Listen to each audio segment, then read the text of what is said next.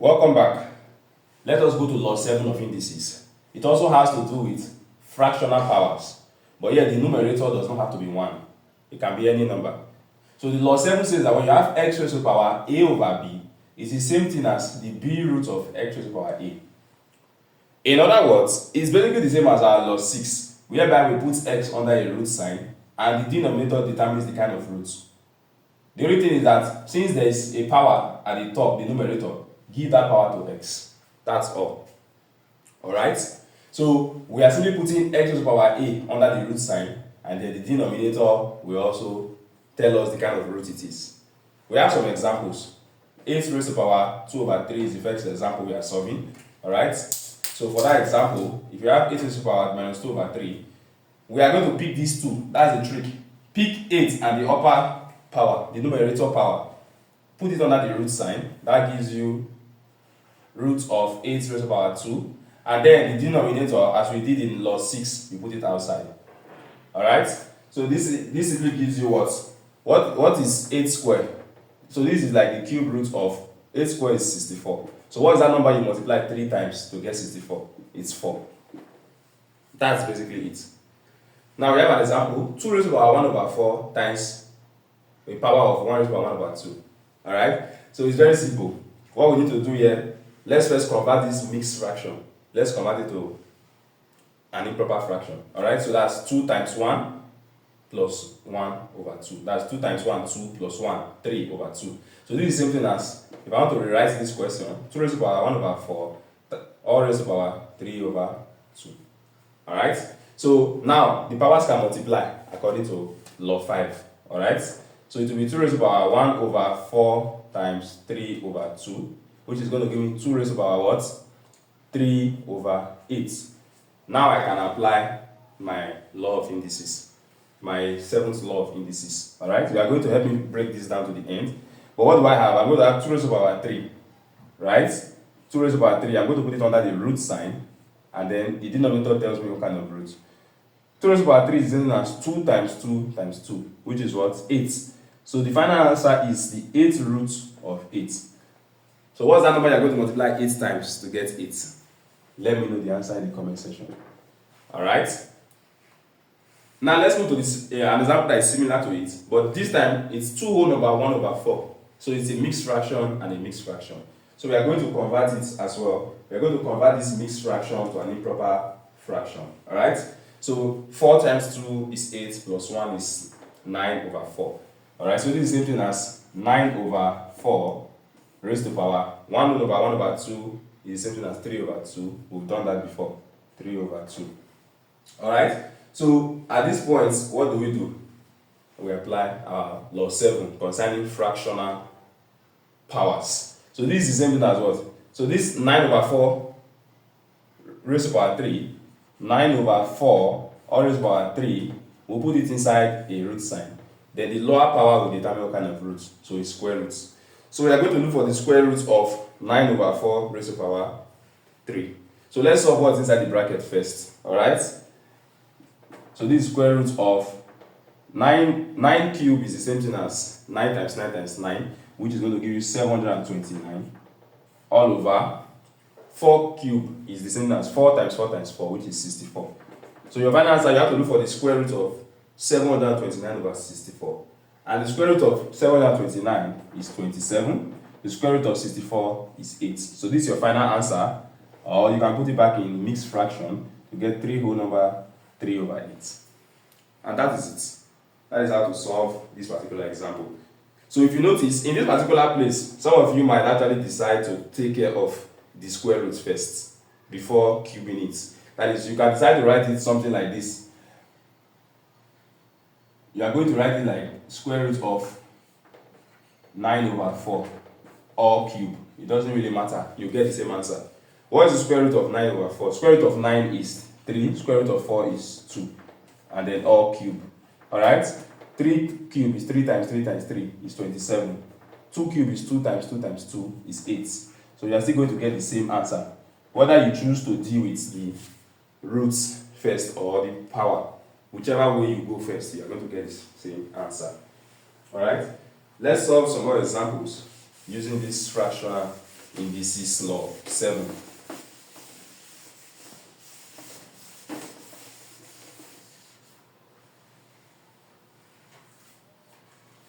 Now let's solve this example.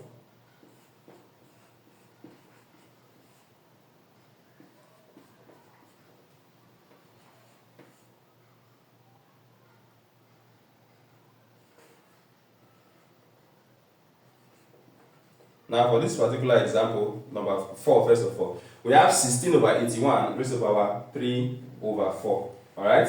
Now, what do we do in this situation? There are actually 2 ways to solve this particular indices question, but let us go by this first of all. Now, let's go by the normal method I've been teaching you about applying this particular law 7. What are we going to have here? 16 over 81, we take the upper power, that is 16 over 81 all cube, and then we'll put it inside a root sign that is going to have a power of 4. So this is 4th root of 16 over 81 all cube. Alright?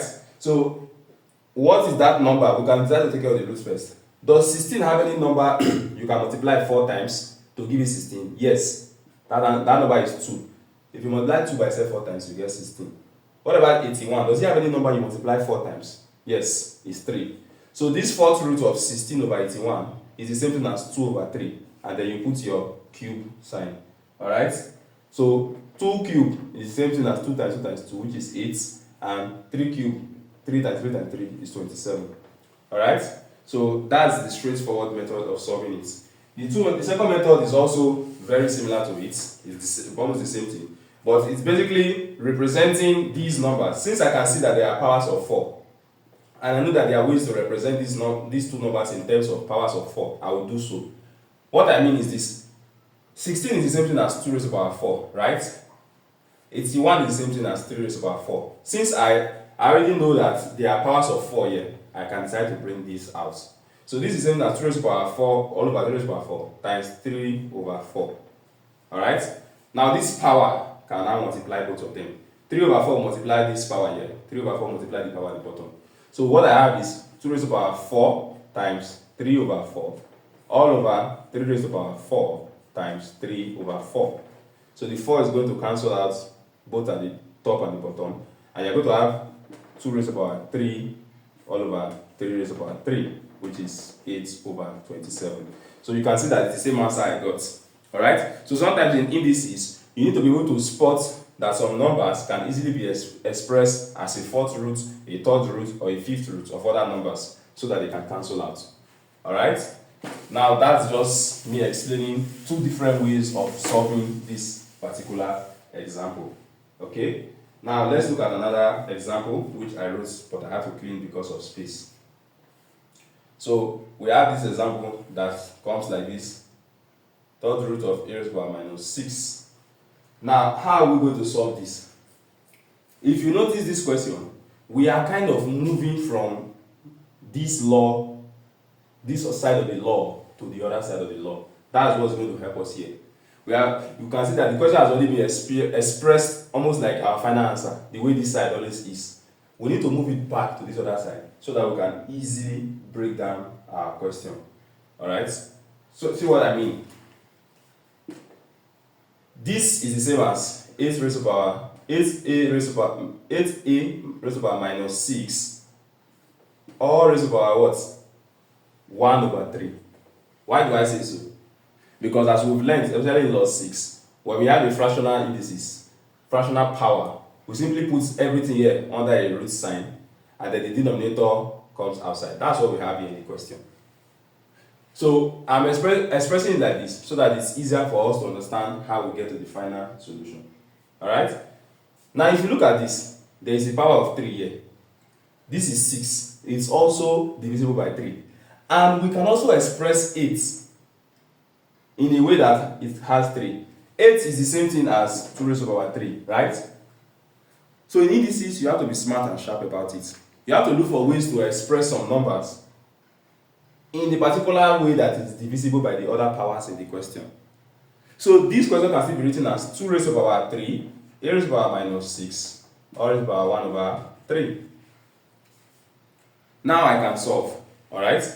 Now I'm going to multiply this power by the power outside and the second power also by the power outside.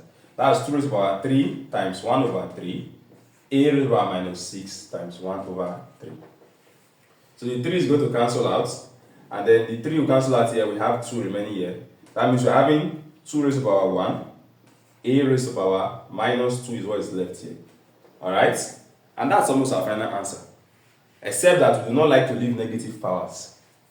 So we have to apply law 4 of indices, which says that x raised to the power minus a is equal to 1 over x raised to the power a. So I'm going to bring this one down. So this is going to be 2 times 1 over a raised to the power 2, law 4, which is the same as 2 all over a squared. And that is your final answer. Alright? So if you notice indices, it might look tricky, complex. It might look like, oh, for every question, they are bringing a new way of solving it. But it's just about being smart and learning how to express these kind of numbers in terms of their powers of other numbers so that it's easily divisible by you. Let's take one more example.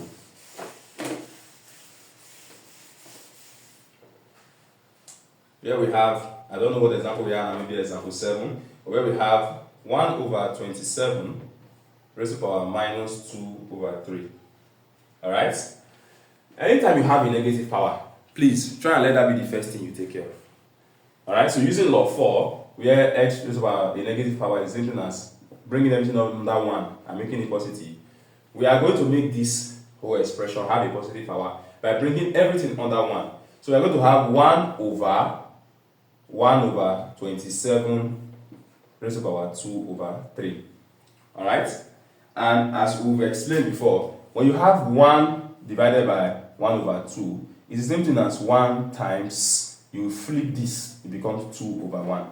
Alright, which is 2. So we are going to do the same thing here. If you have 1 divided by 1 over 27, it's the same thing as 1 times 27 over 1, or raised to the power 2 over 3.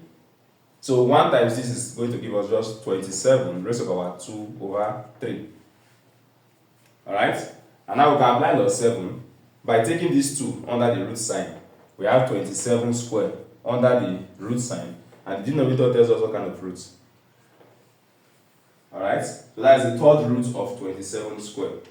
So you can take care of any of them first as you want to. Alright? So if you take care of any of them, you are going to have, let's take care of the ones inside the bracket first. 27 squared is the same thing as 729. So you are going to have third root of 729. In other words, what's the number you multiply 3 times to get 729? And your answer is 9, because 9 times 9 times 9 is 729. Alright? So that is basically how we solve law 7. And let me give you some examples of your own that you can and you should solve to prove to yourself that you understand what we've done in law 7. Alright? So try and solve these examples. So we have 3x raised to the power 2 over 3. We also have 16 over 64 raised to the power 3 over 4. And lastly, we have 27 raised to the power minus 2 over 3. Alright? So please try and solve these examples and let me know your answers in the comment section. In our next video, we are going to solve some more examples of indices that involve a combination of different laws of indices. Thank you.